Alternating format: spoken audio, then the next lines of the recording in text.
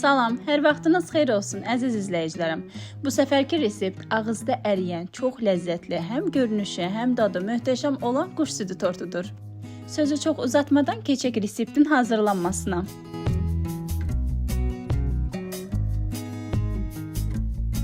Altı ədəd yumurta sarısının üzərinə 1 stəkan şəkər tozu, 1 paket vanili əlavə edib, yumurtaların rəngi ağarıb, həcmi artana qədər mikserlə çalıram. Qeyd edim ki, reseptdə istifadə etdiyim ərzağın dəqiq ölçülərini videonun açıqlama bölməsində qeyd etmişəm.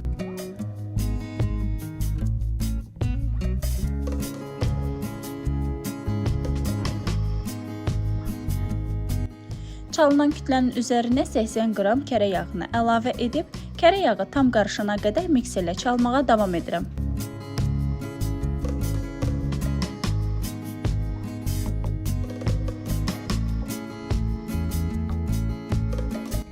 Ən sonda unu və qabartma tozunu da əlavə edib, mikserlə tam qarışana qədər qarışdırıram.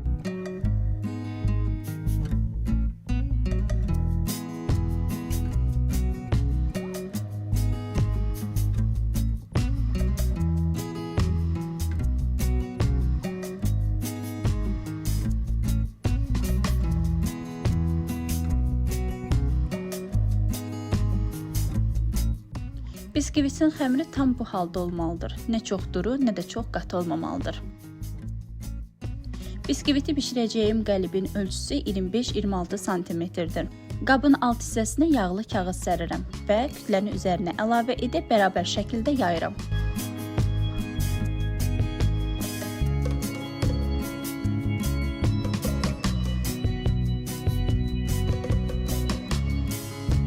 Qabı 3 dəfə masaya vururam ki, boşluq hissələrdə dolsun. Əvvəlcədən isidilmiş 190 dərəcəli sobanın alt-üst rejimində təxminən 15-20 dəqiqə bişirirəm və bişdi. Bişməsini çöp ilə yoxlayıram. Əgər çöp təmiz çıxırsa, deməli tam hazırdır.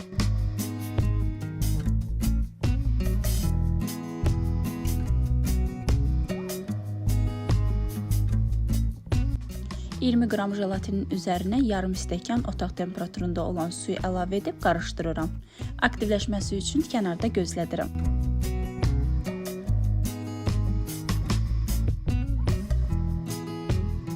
Sufleni hazırlamamışdan öncə tortu yığacağım qəlibi hazırlayıram.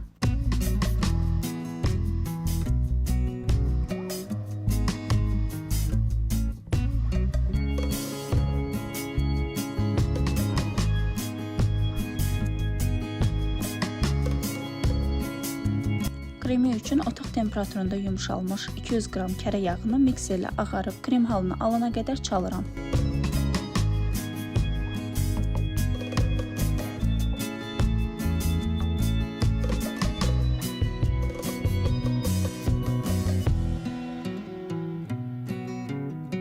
Kərə yağı tam ağardıqdan sonra otaq temperaturunda olan 200 qram qatlaşdırılmış südü az-az əlavə edib mikserlə çalmağa davam edirəm.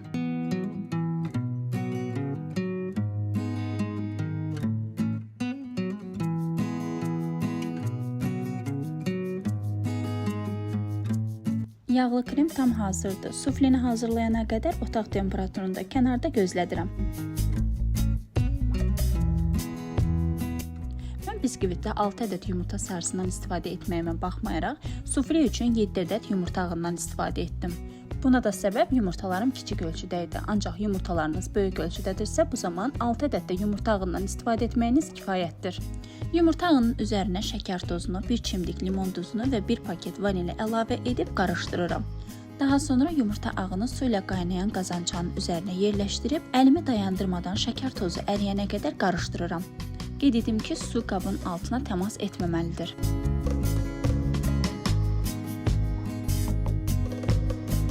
Şəkər tozunun əriməsini barmağımla yoxlayıram. Şəkər tozu tam əridikdən sonra mikserlə yumurta ağını ağarıb, bezi halına gələnə qədər çalıram.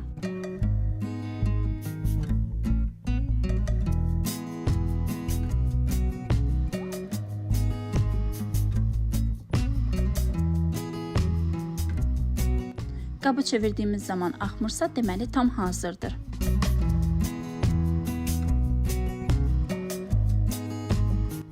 Bezə tam hazır olduqdan sonra əvvəlcədən hazırladığım yağlı kremi az-az əlavə edib qarışdırmağa davam edirəm.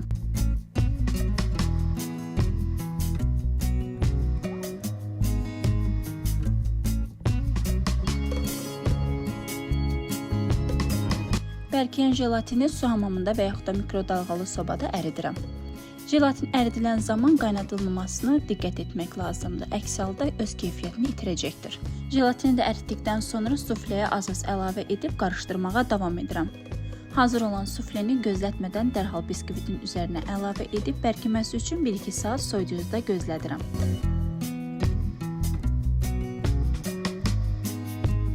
Üzərinin qanajı üçün yarım stəkan qaymağı qaynatmamaq şərti ilə qızdırıram.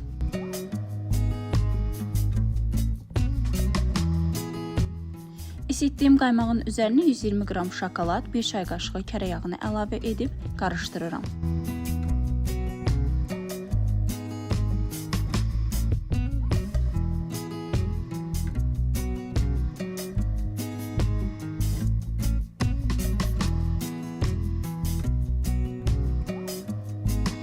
Suflesi bərkiyən tortu soyucudan çıxardıb üzərinə qanajı əlavə edirəm.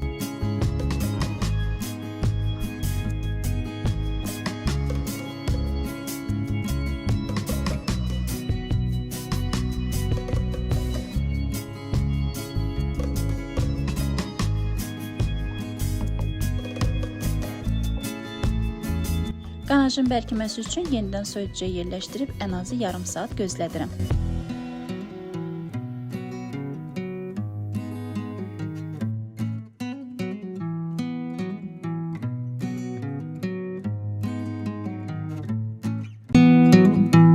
Mən üzərinə zövqə uyğun olaraq gilas və çəllək ilə bəzədim. Mən bu tortu ad gününə hazırladığım üçün çox təəssüf olsun ki, içərisini kəsib sizlərə göstərə bilmirəm. Ancaq onu nəzərinizə çatdırım ki, dadı o qədər gözəl ki, o qədər ləzzətli alındı ki, sözün əsl mənasında bütün qonaqların hamısı ləzzətinə heyran qaldılar. İlk dəfə hazırlamağıma baxmayaraq olduqca möhtəşəm alındı və sizlərə tövsiyəm odur ki, mütləq bu tortu hazırlayıb dadına baxmalısınız.